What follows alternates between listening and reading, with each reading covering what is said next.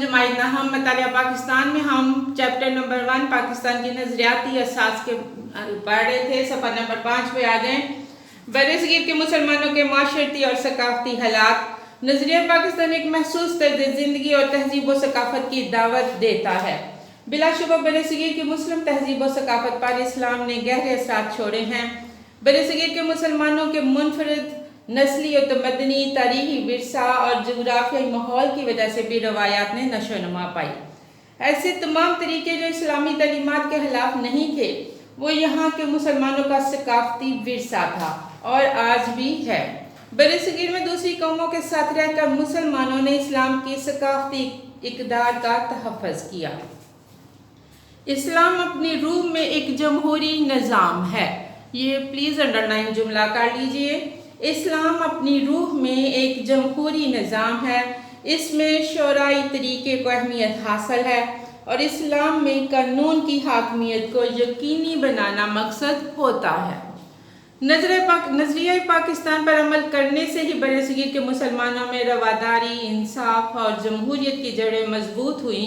नजरिया पाकिस्तान में जमहूरियत एक अहम सतून की हैसियत रखती है। ये भी अंडरलाइन कर लीजिए। ये अक्सर MCQs की सूरत में ऐसे जुमले जो हो जाते हैं, जैसे मैंने ये करवाया था पिछले, इस्लाम अपनी रूह में एक जमहूरी निज़ाम है। और दूसरा मैंने आपको अंडरलाइन करवाया है कि नजरिया पाकिस्तान में जमहूरियत एक अहम सतून की हैसियत रखती है।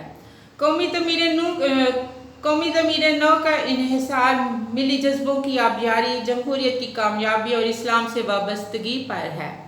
बरसगीर में कई ज़ुबानें बोलने वाले मुसलमान रहते थे। उनकी सकाफ़तें, रवायतें, नस्लें और समाजी माहौल मुख्तलिफ थे और रंगों में भी यकसानियत नहीं थी। दीन इस्लाम ही वो वाहिद ताकत थी जो तमाम मुसलमानों को एक कौम के सांचे में डाले हुए थी। इस्लाम की रूह से मुसलमान का भाई है और मुसलमान हमेशा अपनी पहचान अपने मजहब के हवाले से कराते थे। अल्लामा इकबाल ने मजहबी बुनियादों पर जोर दिया और कहा कि मुसलमान दीन इस्लाम की वजह से एक मिल्लत हैं और उनकी कुव्वत का इन्हिसार इस्लाम पर है। उन्होंने मुस्लिम मिल्लत की एहसास के हवाले से हकीकी तस्वर अपने अशार में यूँ पेश किया। अपनी मिल्लत पर क़ियास अक़वाम मग़रब से नक़ल, खास है तरकीब में कौम रसूल हाशमी।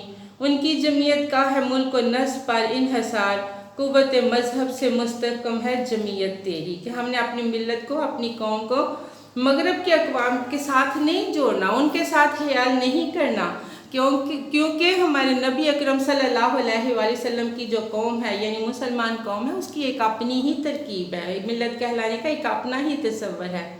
उनकी जमीयत का है मुल्क व नस्ब पर इन्हिसार, कि उनकी जो जमीयत है वो मुल्की हदों पर बड़े वसी पैमाने पर होती हैं, जबकि हमारी कुव्वत मजहब से मुस्तहकम है जमीयत तेरी। जबकि हमारी जो है जमीयत है वो जो बढ़ती है या फलती है, जो भी है, वो मजहब के बेस पे बनती है कि जितने भी ज़्यादा मुसलमान होंगे उतने ही हम एक बड़ी कौम बनेंगे। कांग्रेस और अंग्रेज़ हुकूमत की मुश्तरका कुव्वत कायद आज़म और ऑल इंडिया मुस्लिम लीग के मजबूत इरादों की राह में रुकावट पैदा कर रही थी। कायद आज़म इन दोनों से मुसलमानों को आज़ादी दिलाना चाहते थे।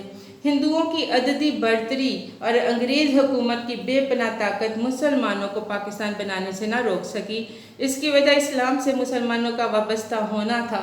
कायद आज़म इस्लाम की सरबुलंदी और मुसलमानों के तहफ़्फ़ुज़ के लिए मुसलसल कोशां रहे और मुखालफतों के पहाड़ भी उनका रास्ता न रोक सके। मुस्लिम कौम ने अपने अजीम कायद की सरबराही में अपने आप को एक मजबूत और भरपूर कौम साबित किया और मिली इत्तेहाद के ज़रिए मुसलमानों के जुदागाना कौमियत के तस्वर को कामयाब बनाया और ये तस्वर नजरिया पाकिस्तान कहलाया।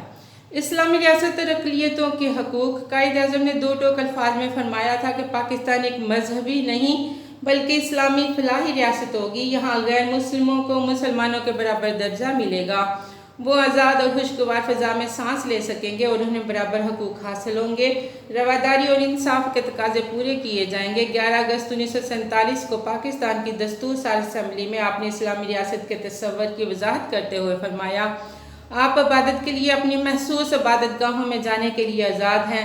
आपका तल्लक चाहे किसी अकीदे से हो, रियासत का इससे कोई तल्लक नहीं। पाकिस्तान के तमाम शहरी मसावी हैं और उन्हें मसावी हकूक़ हासिल होंगे। پھر نظریہ پاکستان سے آگاہی، آج کی نوجوان نسل کو نظریہ پاکستان اور قیام پاکستان کے مقاصد سے پوری طرح آگاہ رکھنے کی ضرورت ہے۔ جذباتی رشتے اور محبت کو جاری رکھنے کے لیے ضروری ہے کہ آج کی پاکستانی قوم کو نظریہ پاکستان سے پوری طرح آگاہی دی جائے، انہیں اس عظیم تحریک سے آگاہ کیا جائے جو پاکستان کی تحلیق کے لیے بر صغیر میں چلائی گئی۔ پاکستان کے عوام کو مضبوط اور متحد رکھنے کے لیے ضروری ہے کہ انہیں نظریہ پاکستان کی اہمیت اور تحریک پاکستان کے رہنماؤں کی قربانیوں کا پوری طرح علم ہو۔ ملک بھر میں زبان، علاقہ اور صوبوں کی سطح پر نفرتوں کے خاتمے کے لیے نظریہ پاکستان سے دلی لگاؤ پیدا کرنا ضروری ہے۔ پیارے بچوں، یہ تھا ہمارا آج کا سبق جو ہم نے پڑھا ہے، تو باقی کا ہم انشاءاللہ عید کے بعد اپنا کریں گے سٹارٹ، باقی کے جو نظریہ پاکستان کے ناظرین ہیں۔ اللہ حافظ۔